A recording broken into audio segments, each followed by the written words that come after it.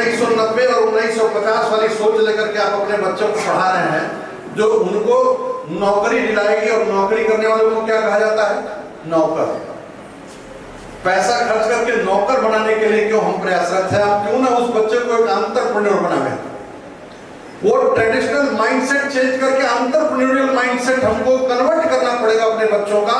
और तब हमारा एक नारा आता है कि नौकर नहीं मालिक बनो, खुद के लिए रोजगार पैदा करो और दर्जनों अन्य लोगों को रोजगार देने का काम करो। ये सोच हमारी, और इस सोच के साथ हम आपको लेकर के चल रहे हैं। आपके लाइफ के 3 स्तंभ हैं जो आपको समझना है, ध्यान से समझेंगे। पहला है नॉलेज, दूसरा है स्किल, तीसरा है एटीट्यूड। नोट करना चाहे नोट कर लें आप। नॉलेज, स्किल, एटीट्यूड, ये इसी पे ध्यान देना है। कहने में ये 3 है, लेकिन ये पूरी लाइफ को आपको डिफाइन कर देगा। नॉलेज मिलेगा साइंटिफिक अध्ययन से, उस पर हम एक एक करके अभी बात करेंगे। और स्किल मिलेगा लर्निंग बाय डूइंग से।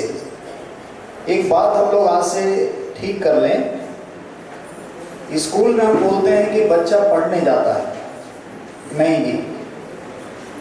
बच्चा पढ़ने लिखना सीखने जाता है जब वो छोटा होता है। अब बच्चा जब बड़ा होता है तो सीखने जाता है। क्या करने जाता है? सीखने। पढ़ना लिखना तो सीख गया, अब वो कुछ सीखने जाता है। तो ये परंपरा हम शुरू करें, जो सर ने भी कहा कि बच्चा सीखने जाता है हर एक दिन। तो कहानी लर्निंग बाय डूइंग से शुरू करिए, करके सीखो। एक छोटा सा उदाहरण देंगे। मान लीजिए एक बच्ची, इसको बोलने की प्रैक्टिस करनी है, तो सबसे अच्छी बात है कि इसको स्टेज दिया गया, इसको एक त्रिभुज का, ट्रायंगल का एरिया समझाना है कि इसका एरिया कैसे कैलकुलेट करते हैं। तो उसको आप कॉपी पेन पर जब तक सिखाएंगे ना, उससे अच्छा है उसको एक त्रिभुज दीजिए और वहीं कैलकुलेट करके दिखाइए।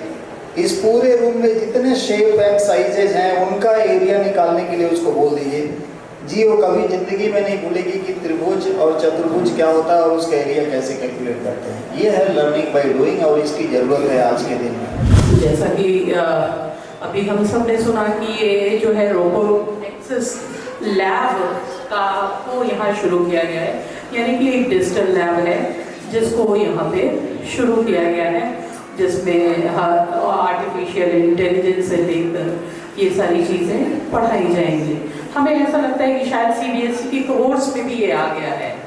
ये बहुत अब ज़रूरी हो गया है। लैब मैथमेटिक्स जैसी सब्जेक्ट में जहाँ कभी पहले लैब हुआ नहीं करती थी, अब वो इंटरमीडिएट स्कूल्स वगैरह में लैब बनाना कंपलसरी हो गया है। और जो न्यू एजुकेशन पॉलिसी आई है उसमें डिग्री UG PG लेवल तक प्रैक्टिकल्स हो रहे हैं मैथमेटिक्स में, जो पहले नहीं हुआ करता था। मेरा स्टैटिस्टिक्स सब्जेक्ट है, मैथमेटिक्स के साथ कंबाइंड डिपार्टमेंट है, पहले ये कभी हुआ नहीं करता था।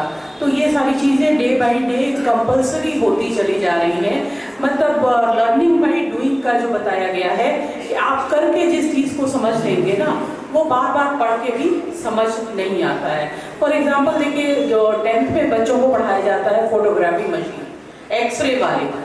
अब फोटोग्राफी मशीन का पूरा सिस्टम इतना कॉम्प्लिकेटेड होता है कि बच्चा केवल याद ही करेगा, फिर भी उसको सिस्टम नहीं समझ में आता है। लेकिन अगर एक बार लैब में रनिंग फोटोग्राफी मशीन अगर उसको दिखा दी जाए तो शायद उसको वो पूरा सिस्टम समझ में आएगा कि कैसे मैग्नेटिक फील्ड जनरेट करता है, कैसे वो जो है उसके पाउडर्स को उसकी जगह उठाता है, इंक को, और तब वो उस पर प्रिंट करता है। तो ये सारी चीज़ें जो है फोटोकॉपी की जो मशीन वगैरह होती है, ये सब देख के जो है फोटोकॉपी की मशीन सॉरी तो वो सारी चीज़ें जो है आपका प्रैक्टिकल से ये सारी चीज़ें सीख जाता है।